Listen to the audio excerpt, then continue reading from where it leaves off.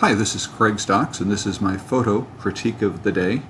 Today's photo was provided by Gary Tipsworth. So Gary, thank you so much for providing the image. It's a wonderful still life of a very simple scene. A salt shaker laying on its side with a little bit of salt spilling out. And I love the way you've handled this scene. The tones, I think, are rendered beautifully. For instance, if we look at it against a white background, the salt is still very white, but still has good detail in it, and we can see from the histogram that there is really a good full use of the full range of available tones. Likewise, if we look at it against a black background, the blacks look nice and dark, and it still has very nice contrast. So overall, the tones are very well balanced, nice contrast throughout the image. I like the way the salt is kind of spilling out and leading us over to the right-hand side. So just overall a very nice image and a great still life. The only thing that I would say about the image that you might want to play with would be the cropping.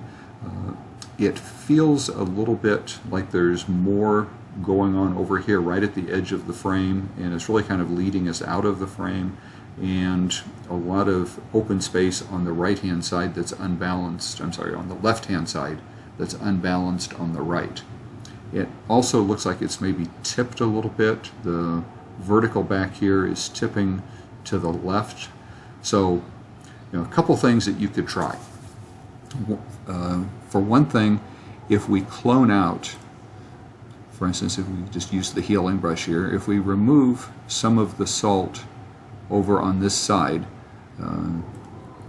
that helps the image feel a little bit more balanced. I don't know if I like cloning that out necessarily, because I really like that. I would rather see, if you have more room in the frame, expand it a little bit on the right. And the other thing that we can do is crop it in a little bit tighter on the left. That as we crop in a little tighter, that closes up this space on the left and gives it the feeling of having more space on the right, because even though it doesn't have more absolute space, in a relative sense, it has relatively more space on the right, so the salt has some place to spill out and some place to go. And then we could rotate the image just a little bit. So something like that feels a little bit more balanced and keeps us from having these details right along the edge of the frame, which is, if you've noticed, has been kind of a common theme in a lot of the reviews, is having highlights or high contrast details right along the edge of the frame.